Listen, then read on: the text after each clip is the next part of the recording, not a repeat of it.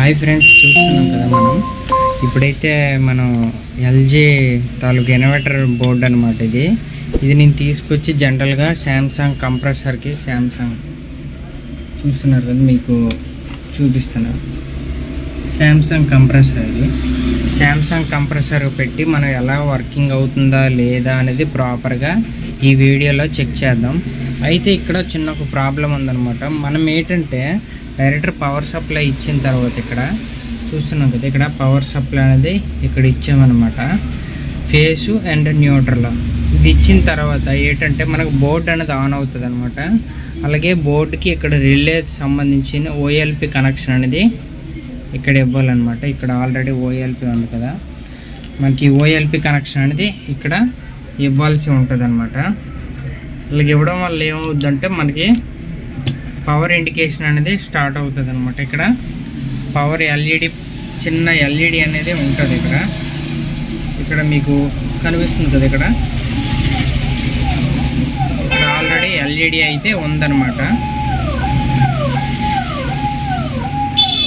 ఈ ఎల్ఈడికి పవర్ వస్తుంది అనమాట. అంటే ఎల్ఈడి జస్ట్ ఒకసారి వెలగడం వల్ల ఏమవుతుందంటే మనకి పవర్ వచ్చినట్లు ఐపీఎంకి, మళ్ళీ ఐపీఎంతో సంబంధించి చిప్కి పవర్ వచ్చినట్లు ఇక్కడ ఒక్కసారి వెలుగుతుంది.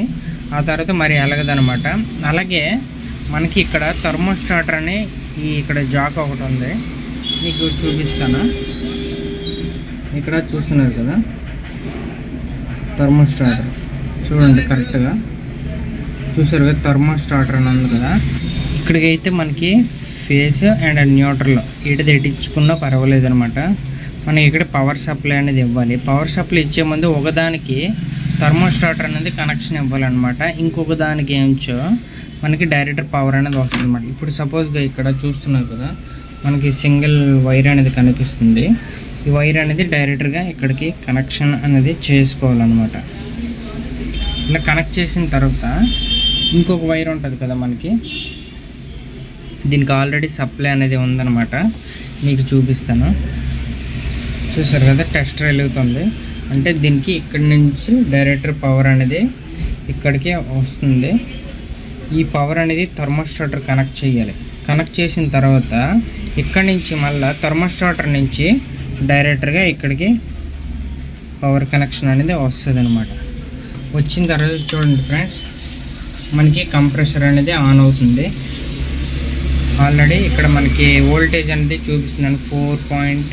1.4 వోల్టేజ్ అనేది చూపిస్తుంది డీసీలో వోల్టేజ్ అనేది మీకు చూశారు కదా, ఇంక్రీజ్ ఎలాగవుతుందో మనకి వోల్టేజ్ అనేది.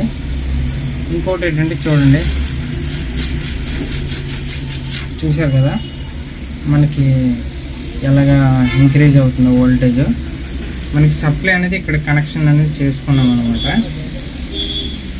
మనకు ఒకవేళ ఓవర్లోడ్ అయితే ఓఎల్పి అనేది పోతుంది అనమాట. ఇది కంప్రెసర్ దగ్గర ఉంటుంది. ఇది ఎప్పుడైనా ప్రాబ్లం అంటే కంప్రెసర్ ఓవర్ హీట్ అయితే అప్పుడు ఓవర్లోడ్ అయిపోయి కట్ ఆఫ్ చేస్తుంది అనమాట కంప్రెసర్ని. అలాగే నేను కనెక్షన్ అనేది ఇలా ఇచ్చుకున్నాను అనమాట. మనకి కరెక్ట్గానే వోల్టేజ్ అనేది వస్తుంది. 1.7 వోల్టేజ్ అనేది వస్తుంది అనమాట. ఇప్పుడు కంప్రెసర్ అయితే ప్రాపర్గా రన్ అవుతుంది. మనకి ఒక వైర్కి థర్మోస్టాటర్ కనెక్షన్ ఇవ్వాలి, ఇంకో వైర్ అనేది డైరెక్ట్ పవర్ అనేది వస్తుంది అనమాట. థర్మోస్టాటర్ కనెక్షన్ ఇవ్వడం వల్ల ఏమవుద్దంటే మనకి కరెంట్ అనేది ఆటో కట్ ఆఫ్ అనేది మదర్ బోర్డుకి చేస్తుంది అనమాట.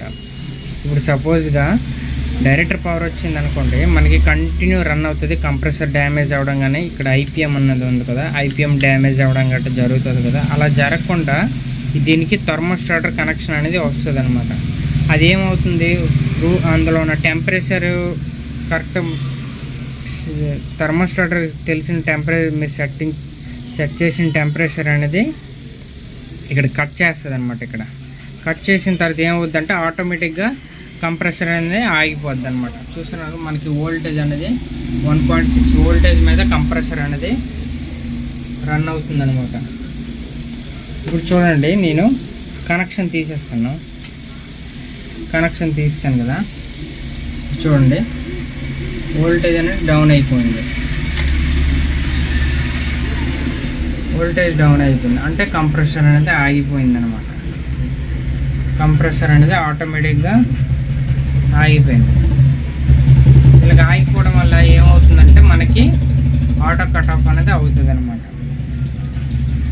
ఇక్కడ ఓఎల్పి ప్రొటెక్షన్కి ఇస్తాడు, అలాగే థర్మోస్టార్టర్కి మన కంప్రెసర్ కట్ ఆఫ్ చేయడానికి ఇక్కడ కనెక్షన్ అనేది ఇస్తారనమాట.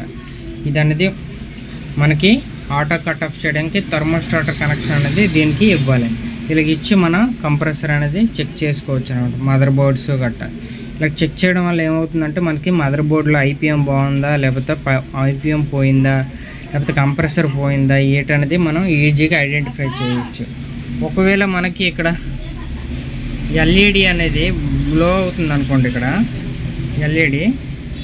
ఈ ఎల్ఈడి బ్లో అవుతుందంటే మనకి ఐపీఎం ప్రాబ్లం ఉన్నా, కెపాసిటర్ ప్రాబ్లం ఉన్నా, లేకపోతే కంప్రెసర్ ప్రాబ్లం ఉన్నా సరే మనకి ఆ ఎల్ఈడి అనేది గ్లో అవుతుంది.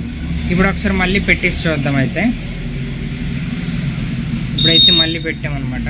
నార్మల్ బల్బులైనా పెట్టి చెక్ చేసుకోవచ్చు. ఒకవేళ కంప్రెసర్ మన దగ్గర లేనప్పుడు ఈ విధంగా చెక్ చేసుకోవచ్చు, కంప్రెసర్ ఉన్నప్పుడు ఈ విధంగా చెక్ చేసుకోవచ్చు. అక్కడ డైరెక్ట్ కంప్రెసర్ పెట్టే ఇప్పుడు నేను 2 విధాలుగా చెక్ చేస్తున్నాను అనమాట. ఇలా చెక్ చేయడం వల్ల మనకు కంప్రెసర్ ఎలా తిరుగుతుంది ఏంటి అనేది మనకి తెలుస్తుంది అనమాట. చూశారు కదా,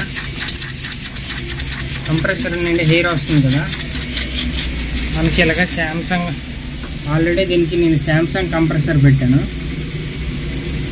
మనకి ఇన్వర్టర్ అనేది ఎల్జీ ఇన్వర్టర్ బోర్డు అనమాట. మనం ఎలాగైనా రన్నింగ్ పెట్టుకోవచ్చు, ప్రాబ్లం ఏట్లేదు. ఓకేనా ఫ్రెండ్స్, ఈ వీడియో కనుక మీకు నచ్చితే లైక్ చేయండి, షేర్ చేయండి, సబ్స్క్రైబ్ చేసుకోవడం మాత్రం మర్చిపోకండి ఫ్రెండ్స్.